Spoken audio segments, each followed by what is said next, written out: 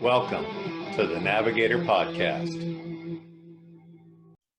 Hello, this is Joel Harris, and today we're talking with Daniel Adair, the owner and CFO for Fusion Audio and Visual, located in Greenville, South Carolina, and Asheville, North Carolina.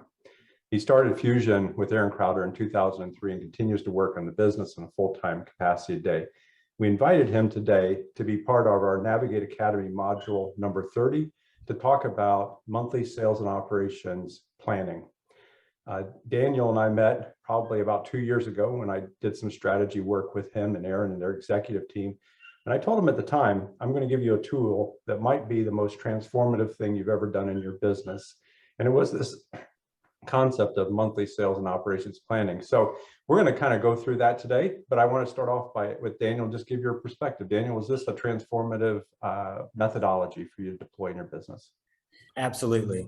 Very much so, more so than I even anticipated, but you were right. Wow, I like being right. That doesn't happen all the time. Thank you for that, Daniel. So let's just go through the process. So let's jump in. Can you describe, rather than me do it, this goes along with my session I just held on the training, but instead of my words, let's let the audience hear your words on what is sales and operations planning. Okay.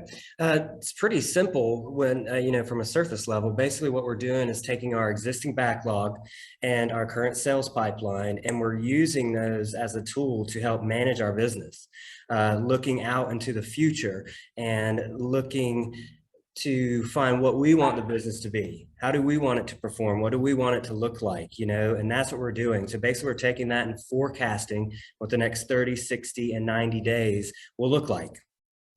Thanks for that summary. That is just excellent, chock full of good words there.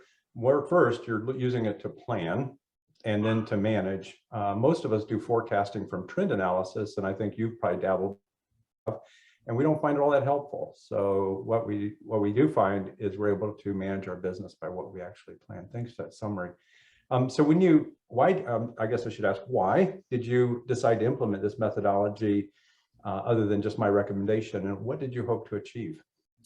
Well, I think I could sum it up by this. We wanted to eliminate being surprised. There you go. Being surprised at what happens in your business. I mean, that was just not sustainable, especially as we look towards growth as a company. So we wanted to eliminate the surprise about what was coming. We also wanted to get some better alignment across the company, the different, silos, if you will. We wanted to get all these people in the same room talking the same language.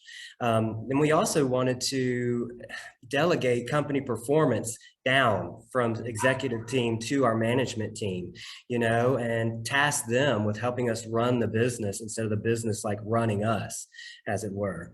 Also, we wanted to have a plan, right? We wanted to see what the plan was going to look like moving forward. And also we wanted to make more money and increase profit. So we thought this would be a great tool to help us do just that. Awesome. We'll dig into a little more of that as we go along, but let's start at the beginning. What kind of work was involved in preparing for our very first meeting? Give our audience a little bit of insight of kind of how much effort are you expected to put into this process? Well, it was a pretty extensive process, honestly, and the learning curve, I won't say was steep, but we had to kind of wrap our heads and minds around some new terminology, honestly, and make sure that terminology was understood across the company. The other big hurdle after we knew what we were looking for and what data we wanted was, how do we get this data? Where is it? We're iPoint and QuickBooks users at Fusion, so it took us some time between those two programs to identify the data, to build the reporting. And I'd say it took us every bit of 40 plus hours to get this off the ground. Yeah, thanks for that. I remember some of those early iterative conversations we had where it just sounded like a big challenge to get it. But you hung in there, and congratulations for doing that. In your opinion now, was that worth it? And what were the rewards or return on your investment for that effort? And eventually, as you went along, did the time reduce that you had to invest reduce as you went along? Okay. Was it worth it? 100%. It was worth every hour. If it had been triple the amount of time to get this going in our company, it would still be worth it. So definitely worth it. I would recommend it. What were the rewards or the return? I would say, we got that alignment we were looking for. We did. We got all the key players in the room, all talking the same language, all looking at the same stuff, forecasting where we were going, but not only from an operations perspective, but from like a profit and loss perspective. Right. I think that's been huge. Now to forecast not only what our team will be doing, but forecasting what our P&L potentially will look like in the future. And I would say that's probably one of the biggest rewards is seeing that pay off from an increase in profitability. The other thing you asked is, were we able to reduce the amount of time it took? And are we now more adept at gathering the data? Absolutely. It takes way less time now. We know what we're looking for. We know the inputs. We've created a very repeatable process. And we've been able to empower our project managers in that process to help us. Sounds remarkable. I'm looking forward to kind of getting to the end of the story. But let's reflect on that very first meeting. Yeah, I remember we had it. You and I worked a lot, and then we kicked it off. And remind me about our very first meeting and what happened and how it came and what happened after that. That was an interesting meeting. I still remember it well. So after you and I had worked and put this together, and we were finally prepared to reveal it to the executive team, our senior management team, we were really excited. We were pretty pumped up, but we released it to them, and I don't think it landed like we wanted it to or hoped it would. I don't think they believed what we put in front of them. They didn't believe that we had run this reporting based on how our operations were running, and it looked like we had a ton of available people and a ton of available unused time coming up, yet they're sitting around the table saying, we're busy as we can be. What do you mean? I was like, well, we might be busy as we can be, but we haven't planned for it well. So I remember that being an interesting conversation, but once they understood and they bought in and they believed the data that they were looking at, when they saw that deficit or the shortfall, I mean, they just boom, jumped on it. Our VP of sales for our divisions immediately got with their team, and they quickly filled that forecast. Yeah, so that was a great meeting. That was one of the more interesting first ones I've had because nobody believed the data. I mean, and we went round and round, and we just sat with it for the 45 minutes until I remember your VP of sales finally said, well, it could be true. and then the whole meeting changed from there, and we started dealing with the reality instead of the perception of what we were doing. It was a lot of fun. I did worry halfway through that meeting it was all going to come apart at the end. So did I, and maybe for the next couple meetings, to be honest, but it didn't. It did the trick. So you've continued to evolve now several months, almost a year now. Tell me about the process of that evolution beyond just that first meeting. And even though it was powerful, did you continue to improve and grow and get better at it? Yeah, we really have. It's funny you say that. It doesn't feel like we've been doing that long, but we've gotten in a really nice cadence with it too. And I would say almost every time that we have this meeting, we learn something new. We find a way to make the data even more accurate, so it has definitely evolved. One of the big ways that has evolved and improved is doing the look back, so we forecast the month, and then we go through that month, and at the end of the month, we do a look back and we compare, okay, how do we do compared to what we thought we would do?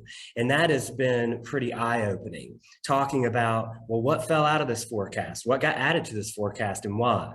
And understanding the ebb and flow. If we can put our best plan in place, but there are always outside forces that affect that plan, and we're learning how to navigate those outside forces and adjust for them and keep our plan intact and hit it. Another thing that was big is it's not just myself, the CFO and my project managers in these meetings anymore. We've got the salespeople in these meetings. I've got the VPs of divisions in these meetings, all seeing the same information, and they're involved. They're plugged in. Nobody's going into a month blind anymore.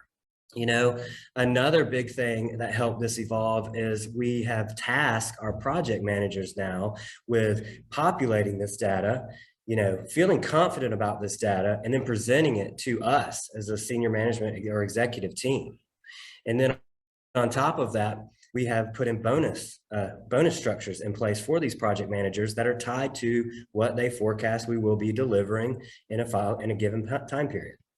Well, you've really taken it from kind of the basic implementation to almost graduate implementation. Congratulations on that. That's good to hear. I remember some of those early days, the PMs thought it was their job to come in and question your data. And I'd love to hear that you've transformed that from them now coming to you with the data and you and Aaron being able to question and support with resources what they need as a company. And that to me is changes you from being run by your business to actually you being able to run your business and feel in charge of it. I know I kind of prefaced this, but what's been the outcome of adding this methodology to Fusion, and did you accomplish what you hoped to accomplish?